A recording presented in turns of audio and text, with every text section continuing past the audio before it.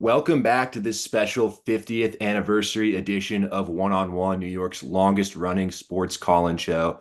I'm Nick Guzman alongside Chris Carrino, and we're thrilled to be joined now by one of the best to ever walk through the doors of WFUV. It's Mike Breen, the longtime play-by-play voice of the New York Knicks and the NBA on ESPN. Mike, thank you so much for being here today. Nick and Chris, my pleasure. It's for an anniversary for one-on-one, and anything to do with FUV is a pretty cool deal. And Mike, it's 50 years since the creation of One on One, a show that's been so important to everyone who's come through the doors at FUV. I'm curious if you remember the first time you hosted the show. When was it, and what do you remember about those early days doing the show? I think I don't remember the exact first one, but I do remember how nervous I was. And I remember I wasn't very good at one-on-one. I've always amazed at anybody that can host a talk show and talk about so many different sports. So I was really nervous about getting a question that I had no idea what the answer was. But when I was back at FUV, we had some great hosts. Michael Kay was amazing. Eddie Caginelli, who was a year ahead of me at Fordham, was amazing. Charlie Slows. So you always had that partner next to you. If you couldn't come up with the answer, your partner normally could.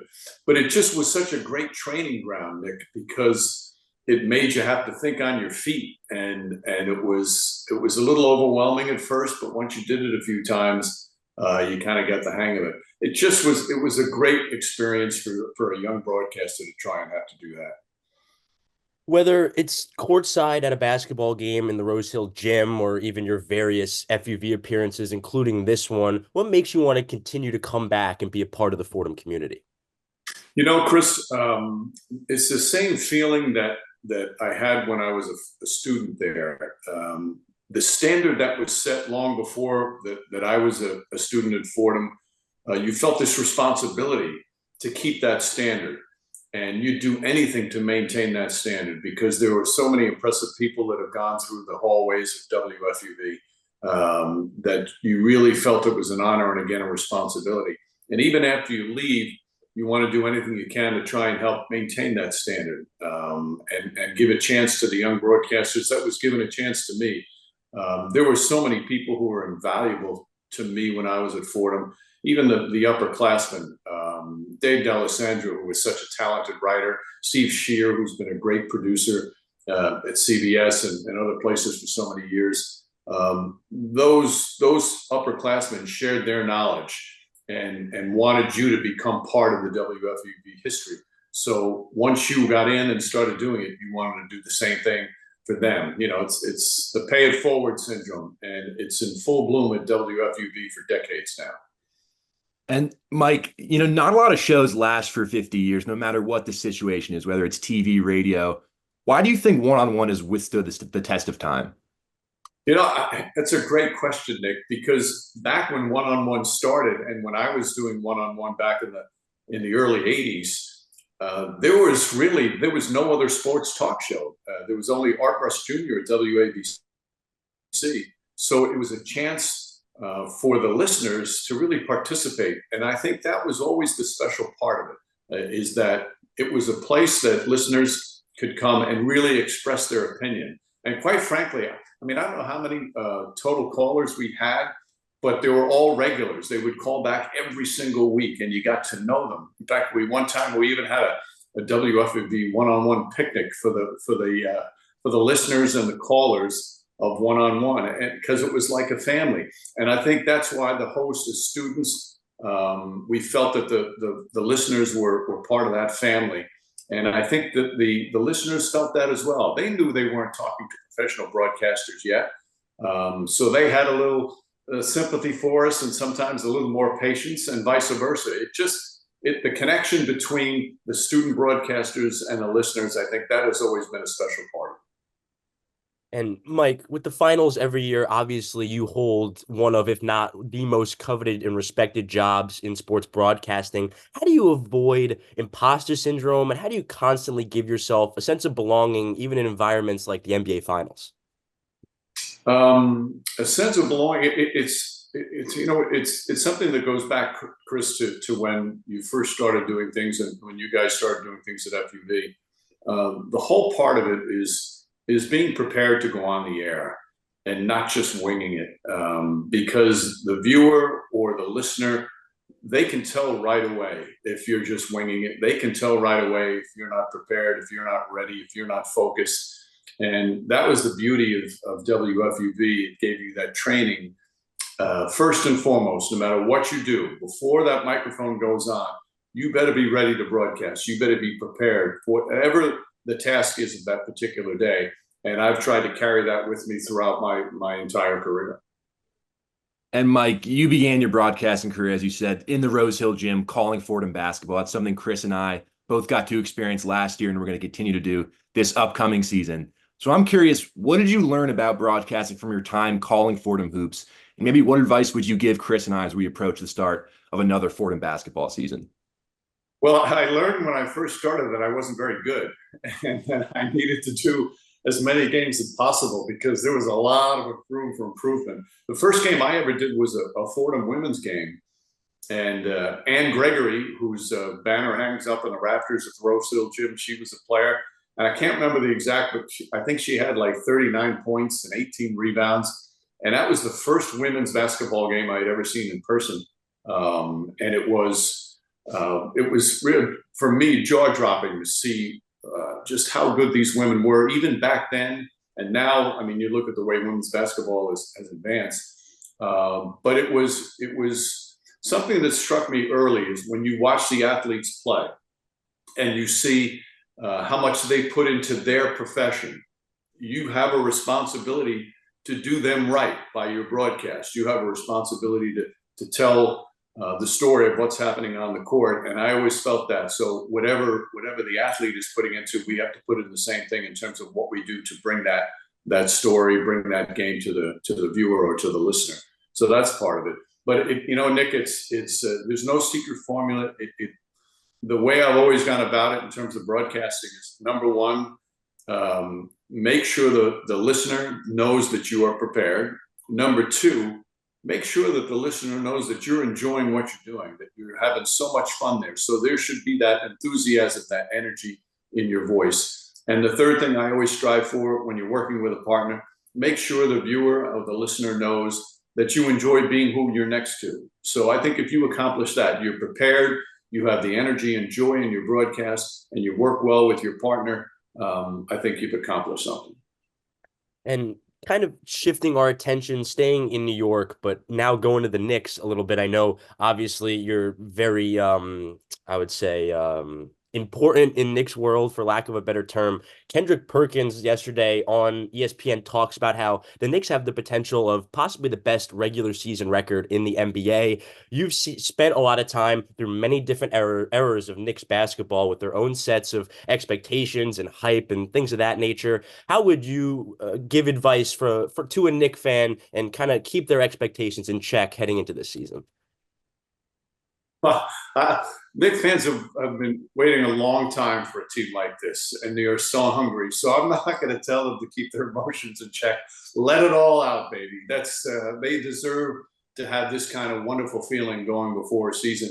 And quite honestly, Chris, it's been since the mid-'90s since I remember this type of optimism and this type of feeling from fans looking forward to a season, because for the first time in a long time, I think they can use the word contender.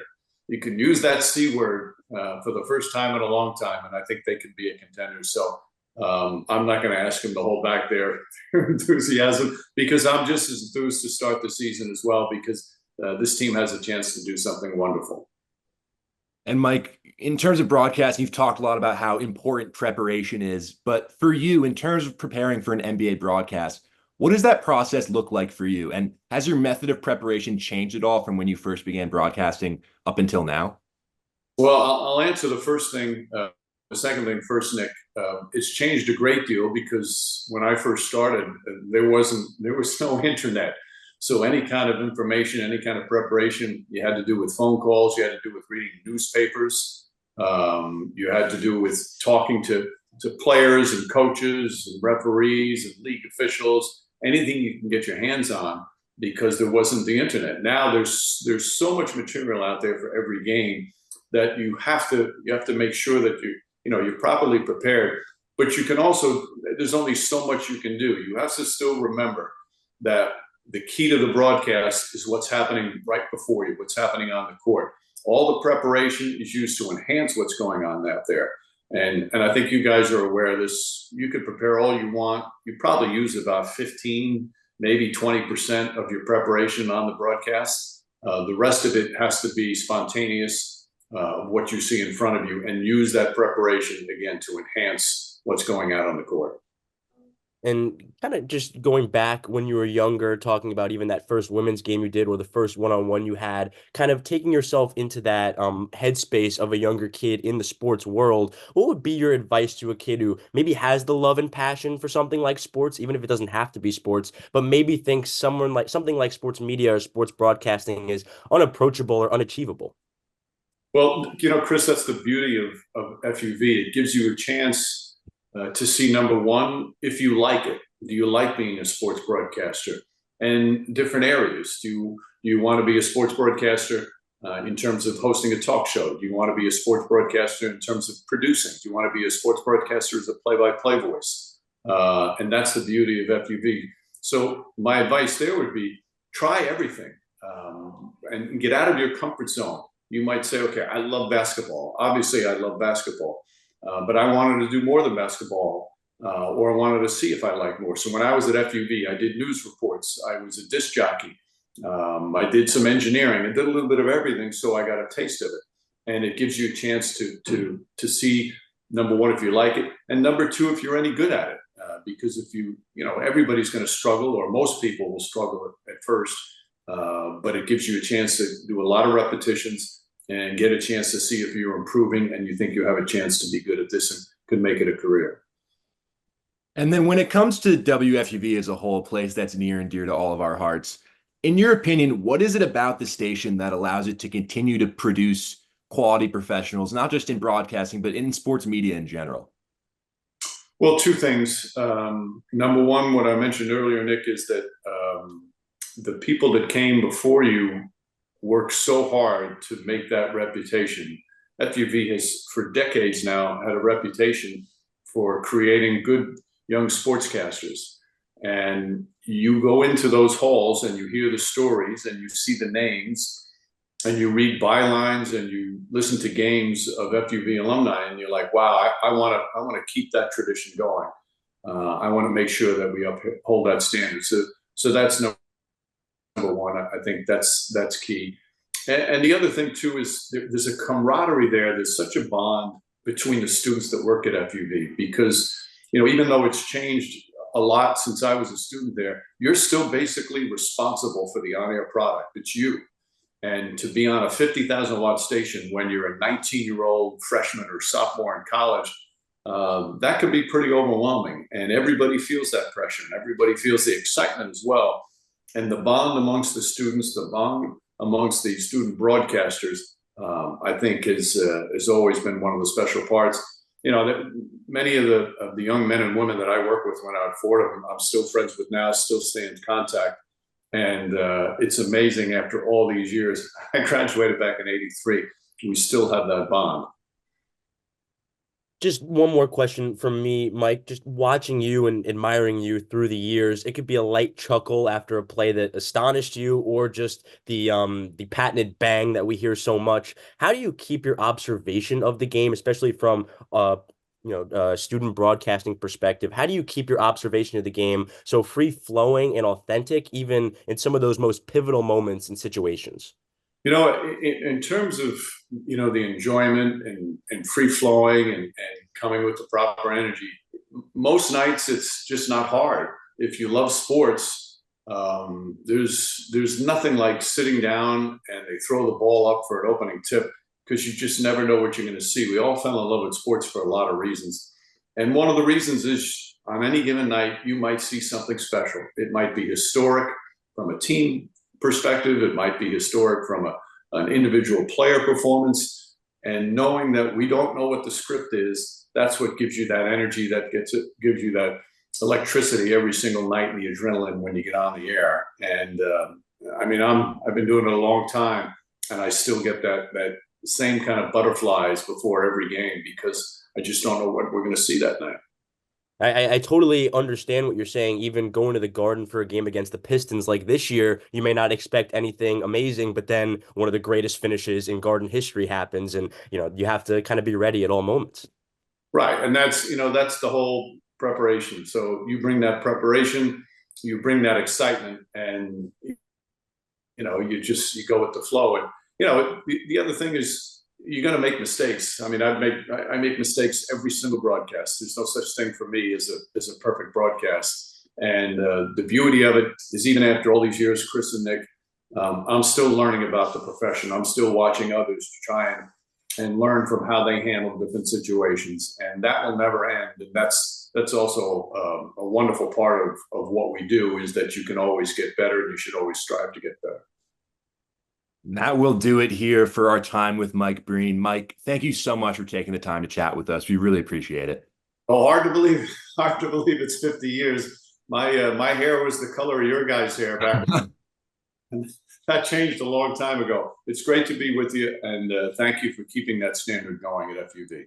Thanks, Mike. We appreciate it. We'll be right back with more of this special 50th anniversary edition of One on One after this short break.